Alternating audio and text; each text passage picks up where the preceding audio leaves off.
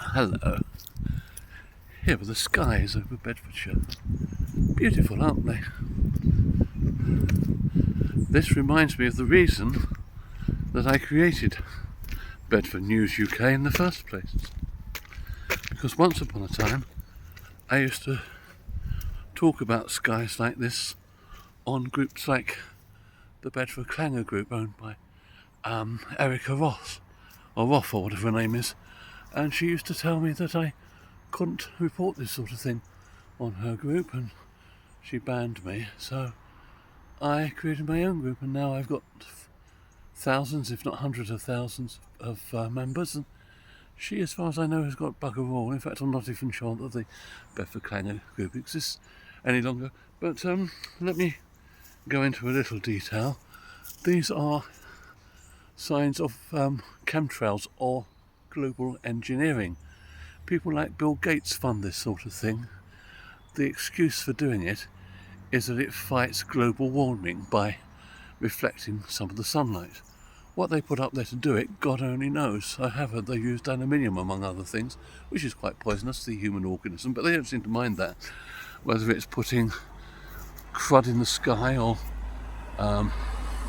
fluoride in our drinking water, which by the way is a neurotoxin and lowers our IQ, they just love all that sort of stuff. I mentioned that some people don't like talking about this. There's a technical name for these people. These are people who prefer to get their news and their understanding of the world from The Guardian and the BBC and the various news groups, rather than from the evidence of their own eyes.